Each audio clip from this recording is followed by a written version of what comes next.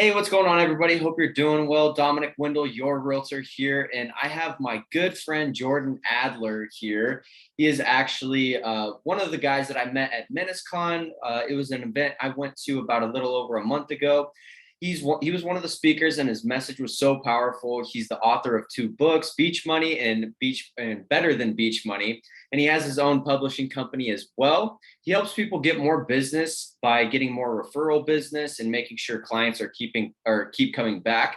He's also a top distributor with the company called Send Out Cards, which I personally use, and it is absolutely amazing. But they're also the largest company or customer of the U.S. Post Office. He's licensed helicopter pilot, and he's scheduled to be the first networker to go to space with Richard Branson and Virgin Galactic civilian space program. So, Jordan, if you want to go ahead and introduce yourself, man, I'm so excited to have you on here. Thanks for the invitation to be on your podcast, Dominic, and so nice to meet you a month ago. And yes. I think we're going to be getting together actually in the next few days in Phoenix, aren't we? Yep. Yeah. September 9th. I'm super excited about it, man. I'm looking forward to that. So I met Dominic at the event. The Menace boys invited me to speak on the stage. Jason, who's one of the partners, was actually part of a networking group that I was involved in, and we've known each other now for about 3 years. His company put the roof on my home up in Jerome, Arizona. And so we got to know each other. He heard me speak a couple of times and invited me to be on the stage. And I've met a lot of brand new, good new friends like Dominic. So, yeah. And it's fun. So I grew up in the south suburbs of Chicago. My dad at his peak made about $28,000 a year. So it was lower middle income family. I was required to go to college, and so were my two sisters, and my dad saved his whole life to pay for 1 year, and then we were required to pay for the other 3 years if we went to a 4-year university. And so I went to the University of Illinois, got my degree in landscape architecture, and I had, right out of college, I had $250 that I'd gotten as a birthday gift. I had a guitar and a suitcase, and I moved out west. I left my little town that I'd been living in for years, and I went to Arizona, Phoenix, Arizona, and that's how I ended up there. I bought a $200 motorcycle, and I ran through the other $50 on food for the first week. And then I was trying to figure out what I was going to do to make money. And so I started dabbling in different entrepreneurial things over the next 10 years. I did have different jobs, but I was doing a lot of entrepreneurial things. Back then it was classified ads. I'd find ads in the newspaper. And tried a lot of things, never made any money as an entrepreneur. My first 10 years, I just learned a lot. I read a lot of books. I listened to audio tapes. Back then it was cassette tapes. And I went to seminars to try and learn as much as possible. And I was a sponge. And I tried a lot of things and never made money. And then on my 11th year as a wannabe entrepreneur, I finally figured some things out, and everything changed. I was living at the age of 34 years old. I was living in an enclosed garage. My rent was $200 a month. I had 2 roommates that were living in the house. They paid $200 a month each. And I had a Jeep that was in the street that had been broken down for 2 years. Couldn't afford to fix it. My job at the airline, I worked for an airline. I left the profession of landscape architecture for a lot of different reasons, but I ended up working for an airline for 13 years. And at the peak of my career with the airline, I made $28,000 a year, which is interesting because that was the peak of my dad's career. So, we kind of like attract the things that, like the programming, being around the beliefs and the values. And so the airline filed bankruptcy and then cut my pay down to $14,000 a year. So I was in the training department. I trained reservationists. I trained emergency procedures on the aircraft. We were a fast growing airline. I trained airport staff, and my pay was $14,000 a year at the age of 34 years old. $36,000 in credit card debt on 22 credit cards. And I joined my 12th network marketing company. And that one, I built a very, very, very large business and made millions of dollars. So I was living in an enclosed garage, and I literally went from the enclosed garage to having a dream lifestyle, but it was after 10 years and 11 failures. And then I Well, was and while you were living there too, because I just got done reading your book, Beach Money, and absolutely that is, oh my gosh, like the thing I loved about the book so much is that it's so chronologically planned out. Like I literally could like envision myself just watching you throughout your 10 years of like going through everything. yeah, And I think one of the biggest transitional points in the book for me was, and I actually did this, it's actually in my notebook right here, was when you were, it was one day after your Jeep broke down and you were walking in the rain and you were like, I've read all these books, I've listened to all these cassette tapes, and I've never applied action to it. right. And so I guess for you, do you think like actually writing down, because this is something that I do personally, I'm a firm believer of just getting it out into the world, of writing things down, because that was like something that you, an exercise that you gave. Yeah. I had read the importance of that in books, but I'd never done it. And I was one of the lowest points in my life at that point. And it was kind of a cold, rainy night. And there were railroad tracks behind the rental that I lived in off 16th Street, right near Mill Avenue in Tempe, Yeah. Arizona. There's railroad tracks back there. And I actually went out in the rain. It was kind of a cold rain, and I walked the railroad tracks. And I was so depressed. And I was like, what am I going to do with my life? And then the next day, I decided I was going to take the day off work. And I had flight benefits. I rarely used them because I could never even get a hotel room because I didn't have the money. But I took my flight benefits and I went to the Grand Canyon the next day. And I got a little journal. And I finally, for the first time in my life, I walked out into the forest. I found this big oak tree. I sat down on the ground and I started writing the story of my life in the present tense as if it had already happened, but the Yes. future, right? Writing it in the present tense. And I started writing, and then it got really cloudy and it started to rain. And then the rain turned to like a sleet. And I'm holding the book against my chest, walking back towards the rim of the canyon where the Bright Angel Lodge is. And I found the lodge. I go in. They got this giant fireplace, big fire, and I sit down in these colorful cushions on the floor, and I just keep writing. And I remember opening the book, and the blue ink from the rain had kind of run down the pages of the book. Yeah. I kept writing. I wrote like, I don't know, something like 40 pages of my life in the That's future, amazing. but I wrote it in the present tense. And then I went back to the garage. I had a nightstand, which was 2 cinder blocks and a piece of plywood. That was my nightstand. Set the book there, and every night I would read from this journal that I'd written out at the Grand Canyon, and because that's what they said to do, like read it, right? And after a year, nothing had happened. So I was like, really, I remember the moment where I was like so discouraged, and I took the book and I threw it in the closet, and it landed on the top of a box, and it was there for 3 years, and then 3 years later, I'm moving. I've got my girlfriend with me, and I'm moving into my first dream home, which is in the forest in Pine, Arizona. A beautiful A-frame with a big deck and trees coming up through the deck, and I've got wildlife, and I'm in the middle of nature, and I'm moving into my new home because everything shifted for me. Yeah. And I started opening boxes, and right on the top of one of the boxes was that journal.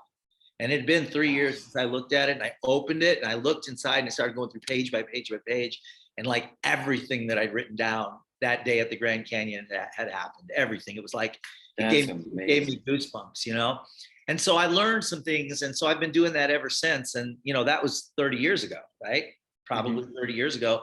And I've like created so many cool things in my life using that simple process. You got to have a dream, you got to know kind of what it is, a general idea, and you got to write it down, and you got to trust the process, and then you got to do the work, And so today, I mean, I've written 2 books that one of them sold over 1 million copies. That's a manifestation of a dream.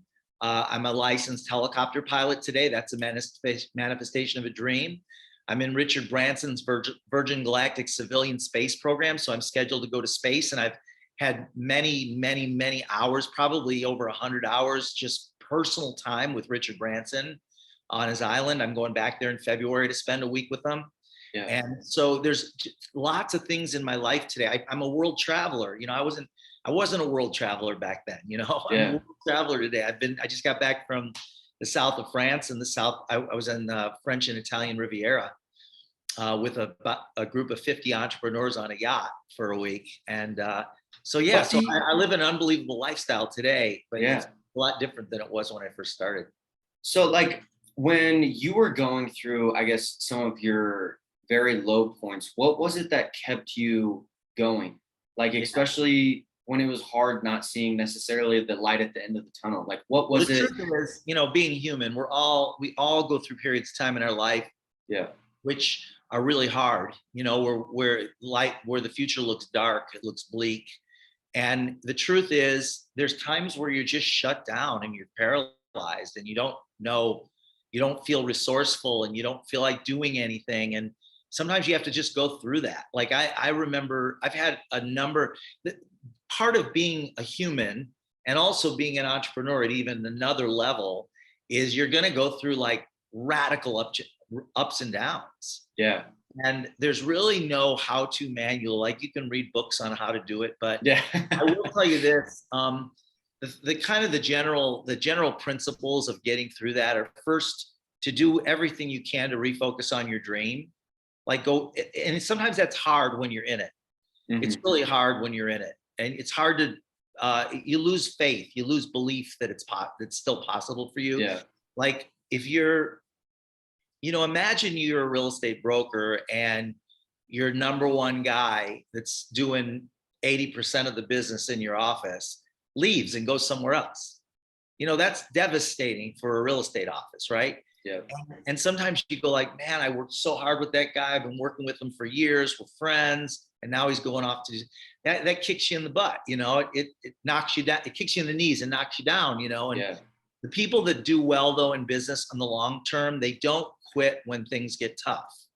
They get tough when things get tough. Yes. They fight when things get tough. They get creative. They get resourceful. Part of being a successful entrepreneur is being resourceful when you're faced with challenges and problems, not quitting when things get tough. So for the first 10 years of my entrepreneurial career, my strategy was to quit. Literally, Yeah. things got tough, I would quit and go find something else, thinking that there was something wrong with the product, or there was something wrong with the market, or there was something wrong with the compensation plan, or whatever. I was just going to go find the next thing. And I'd get discouraged and I'd be like, this isn't going to work. And I'd quit again.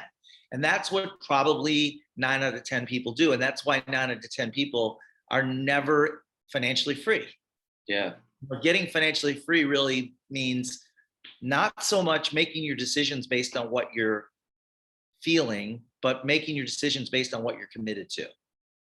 100%. And I heard the quote at MenaceCon, I cannot lose if I do not quit. And that stuck with me so much. And I Yeah. think one of like the biggest things that I try to constantly just think about, especially because just earlier this year, I was going through a rut of where I was like, oh my gosh, dude, like I just feel like nothing is going right for me. And I look at hard times now and I just embrace it because I know that these are the biggest growing points in my life.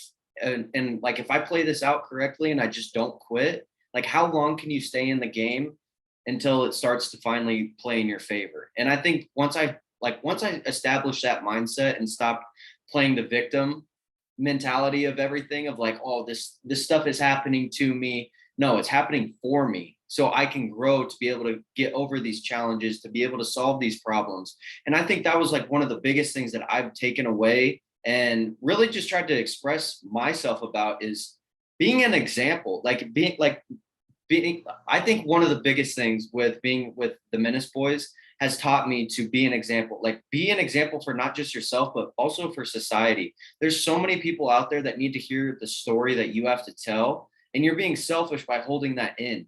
And so I've been like super loud on social media lately because I know that they're like, if I'm going through some stuff and I'm like, and I have these thoughts, I have these ideas and everything, I know there's other people that have that as well. And so I feel it's like my duty to get that out there. And I want to be able to help people. Like, that's what I love so much about your book is that it really kind of redirects people for how they need to start thinking Yeah. and being able, like when I was writing in my journal and I was like writing in the present, but 5 years or like 3 years down the road, Right. I got so excited. Like I felt so alive. it was just so cool to be able to like write down that stuff and act like I like actually owned it. And now I firmly believe that I do. It's just a matter of time.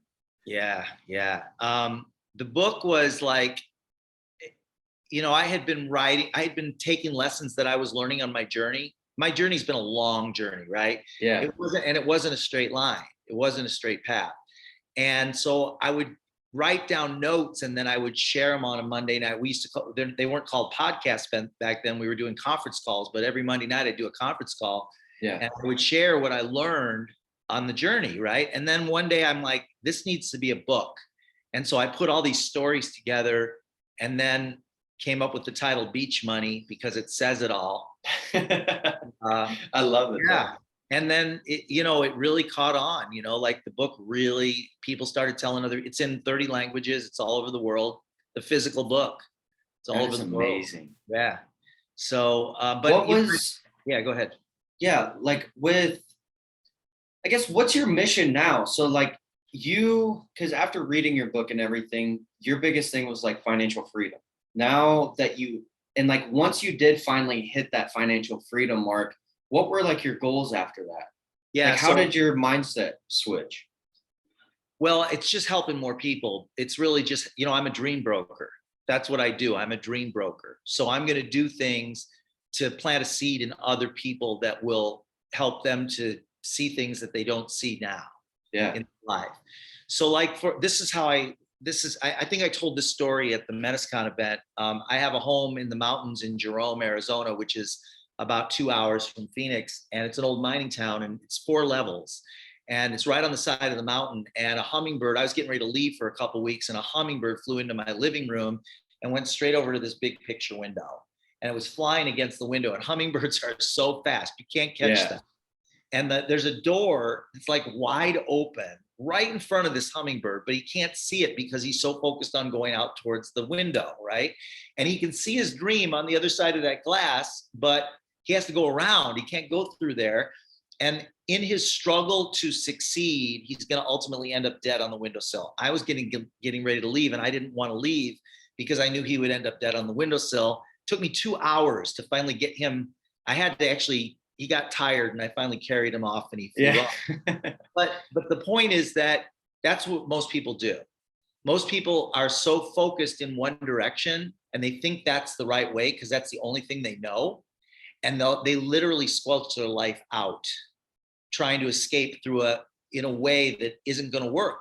That hummingbird knows how to fly. It wasn't a matter of learning to fly better. It's just the direction the hummingbird is focused. And so I made some major shifts in the things that I was focusing on. I'll just give you an example. I was working at a gym. When I first moved to Arizona, I worked at like 3 different gyms over the course of a couple of years, and I would teach abs classes and I would sell memberships, and I never made much money. I made 10 grand a year doing that. But I kept, it kept me in good shape. There was a guy that came in named Wayne Stutzer. And Wayne was a young dude. I was probably 21, 22 years old. He was probably 26, 27 years old. He was a financial advisor, and he went on to have his own radio show and become this just huge financial advisor in Arizona. And he did a little presentation for all the employees at the gym, and he helped people set up annuities. So I set up a little annuity with him, and I think I was contributing like $10 a month because that's all I could do. And he invited me to his office to find out what my dreams were, like so he could plan my future.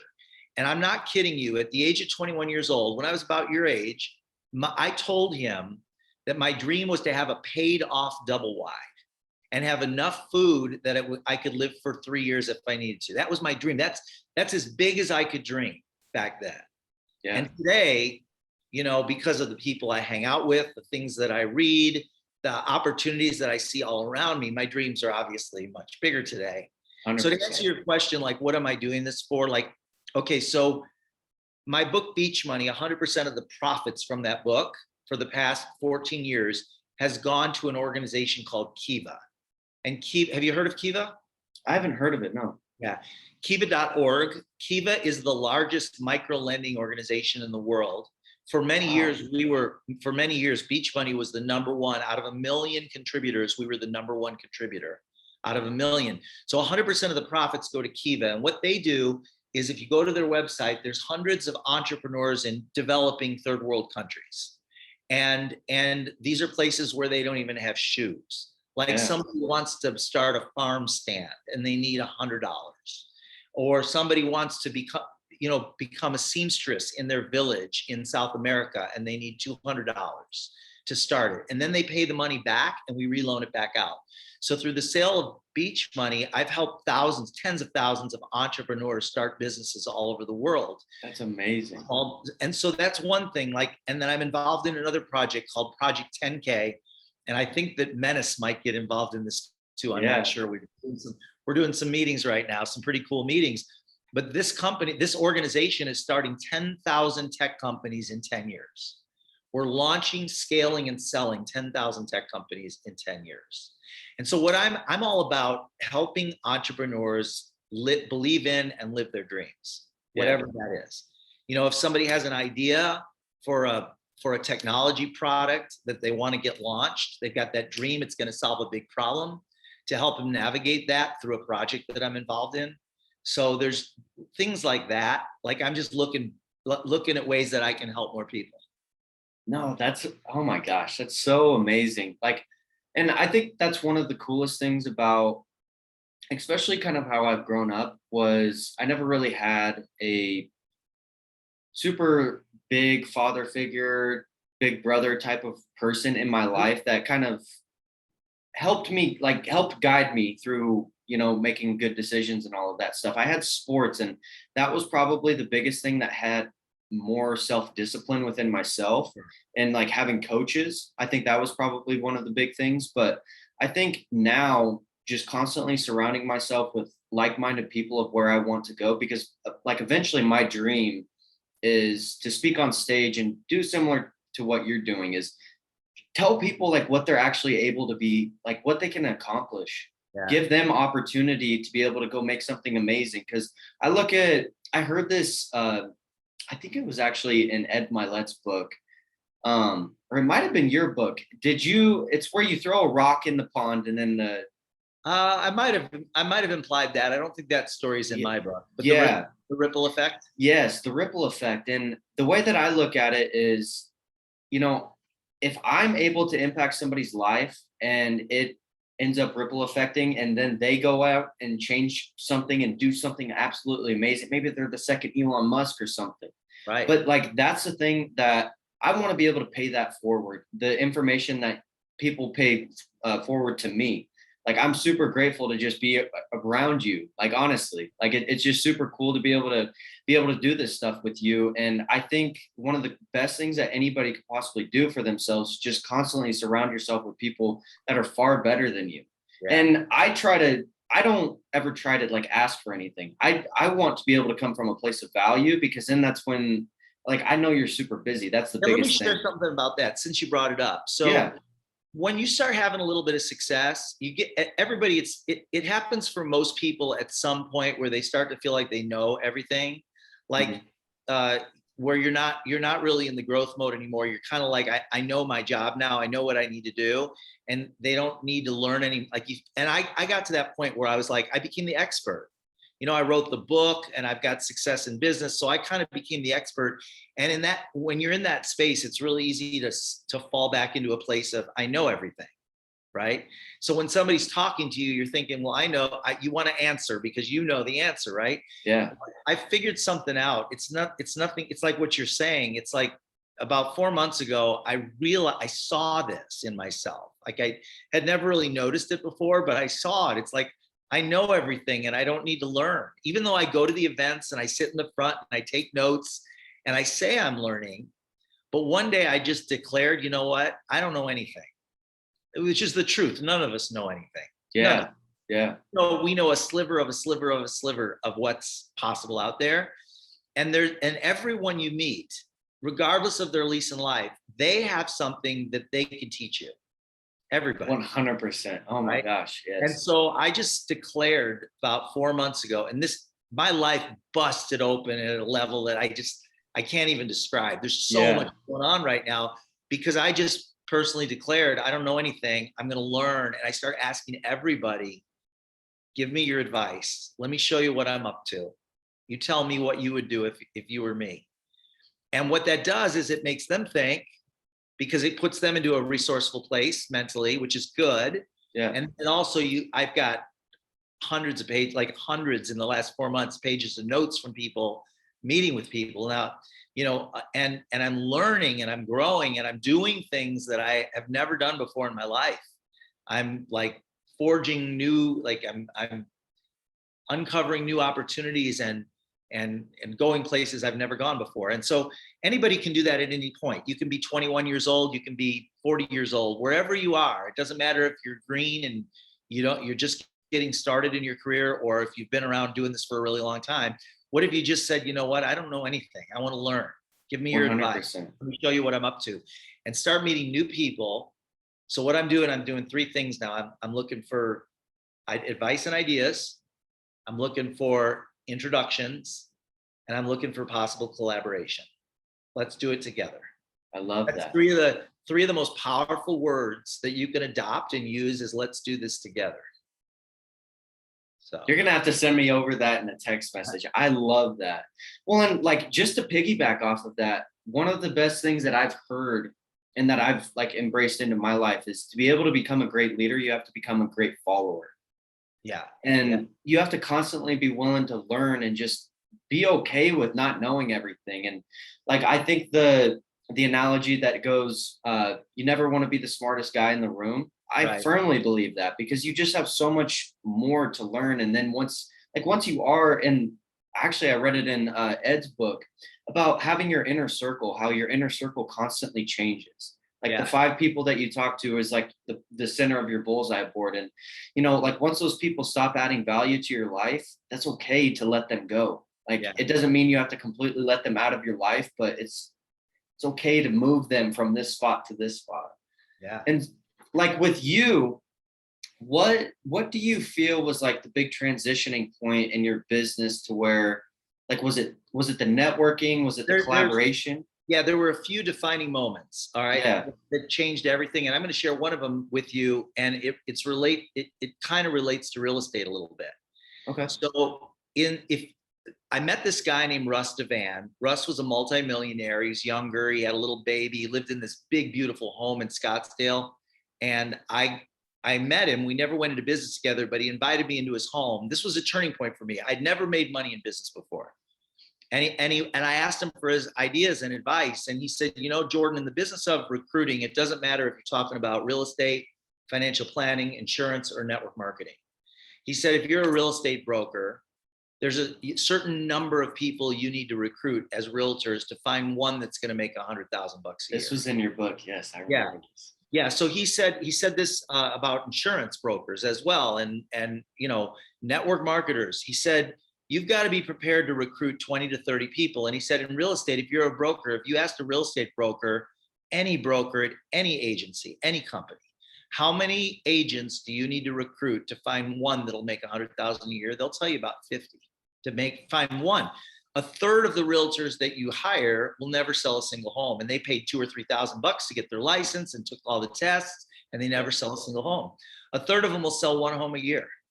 A third of them will sell 2 to 5 homes a year, and 1 out of 30 to 50 will. And so this was a turning point for me, because for the first time I really understood the numbers. So I thought I need to have a plan where I could recruit 1 person a month for a couple of years.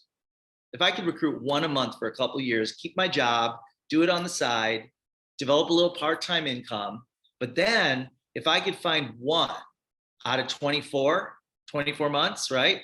1 that put a group of 10,000, 20,000, 50,000, 100,000 people together, because that's the 1 person, right? Out of the 24. And that's what I did. So I started signing people up. I signed up an average of 1 a month. After 2 years, I'd signed up 19 people. Put my blinders on. Nothing was going to stop me. It didn't matter what anyone said, because 11 out of 12 people would tell me, I'm not interested. Those things don't work. You'll never make money at that. It didn't matter. I needed 1 person a month that said yes that had the same dream as me. 1 out of 12 a month, 3 presentations a week. 3 presentations a week is 12 a month. Sign up 1 person a month, do that for 2 years. Well, I didn't meet my goal. I ended up with 19 after 2 years. My 16th person was a woman named Jackie Ulmer that was an analyst at the airline. I grabbed her and invited her to coffee plantation. We sat down, I showed her what I was doing, and she was interested, but she was skeptical. She introduced me to her husband, who was an airline pilot. They were both skeptical. They got signed up. They signed up a woman in New Mexico named Judy Dubiel, who was a secretary and a student. Judy started introducing it to her friends. And from that group, 3 years later, there were over 12,000 distributors and over 40,000 customers. And it made me my first million. And I was with that company for 13 years. In 13 years, I signed up 129 people. So if you figure out 13 years is 144 months. There's 144 months in 13 years. I signed up 129 people in 144 months, less than one a month. From those 129 frontline, 5 of them led me to 85,000 distributors and 250,000 customers. I made millions and millions of dollars. Of the 124, 100 of the 129, 124 of them quit or became customers. Only 5 out of 129 built that business. And so, I had to work with those people and help them get up and running and all that. But this was a major turning point for me when Russ sat down and shared those numbers with me, because it was the first time I really saw, what do I need to do? And then I could put a plan together, right? Yeah. There were other things as well. Like one big one was stop quitting when things get tough. That was a big one. I have a handful of like major defining moments that shifted everything. Like I had a situation where I flew, without going into a big long story, I flew to Peabody, Massachusetts, because I finally have one person, like this guy who signed up under somebody in Arizona. This guy in Peabody signs up. He's super excited, and he's going to invite a whole bunch of people over to his home. I have no money, but I have pass benefits. So I get a flight to Peabody, Massachusetts in the middle of the winter. I got rid of all my winter stuff because I moved to Arizona. I had no winter. I fly there with no winter things, and it's a blizzard. And I'm talking like one of the worst blizzards I've ever seen. I was able to get a rental car to drive there. It's a 20-minute drive. It took me 2.5 hours to get there. There were trucks in the ditches. I get there and all the lights are off. It's like the snow drifts are going up to the top of the roof, and there's wind blowing sideways, and I'm, not dressed. You're kidding me. Oh and my there were goodness. no cell phones back then. And I go to this house and I knock on the door and there's nobody there. The lights are off in the house. After I just came all the way across the country from Arizona, and I had to find a payphone because there were no cell phones back then. I go to the payphone and I call Tom, and his answering machine comes on. I leave him a message and I call him again, answering machine. I end up having to go get a little hotel, and the next morning I'm on a flight back, never talked to the guy again. But I had to make a decision because I had quit 11 other companies prior to this one. And now here I am again. I've been with my company for 8 months. I'm making $180 a month. I take this trip across the country. Everybody in that group out in Peabody quit. My whole group that was providing me with $180 in income is gone. They vaporized, they got discouraged and quit. And they didn't tell me about it. And I just had to make a decision. And that was a company that I ultimately went on to make $8 million. But I had to make a decision. Am I going to quit again? Or am I going to just work through this and get on the other side of it? And I just chose to work harder. And, I had a handful of setbacks like that where I would have been perfectly justified in quitting. Every one of you that's watching this, on whatever journey you're on, there are going to be things that come up where you have 100% justification to quit. And everyone around you will say you made the right decision by quitting. But those aren't the moments that winners are made. Those aren't the moments. The moments that winners are made is when you step up and be the cause of the growth of your company, be the cause of the growth of your success, and not be the victim to it. That's how winners are built. And when I made that decision many years ago that I was no longer going to decide to work based on how I was feeling, I was going to do it based on my commitment, everything changed. That's amazing. Well, I think we should just leave it off right there. That's a perfect way to end it. Nice. Oh my gosh. Well, thank you so much, Jordan, for hopping on the podcast with me. I really appreciate it. And awesome. Hey, I am super excited to see you next week. Looking forward to it. Yeah. Well, hey, I know you got to run, so thank you again. Thank you. Thanks. Thank you everybody Real for quick, watching. Yes, follow yes. me on Instagram at Beach Money Jordan. And if you want the first two chapters of Beach Money, just go to beachmoneynation.com. I'll give you the first two chapters of Beach Money for free.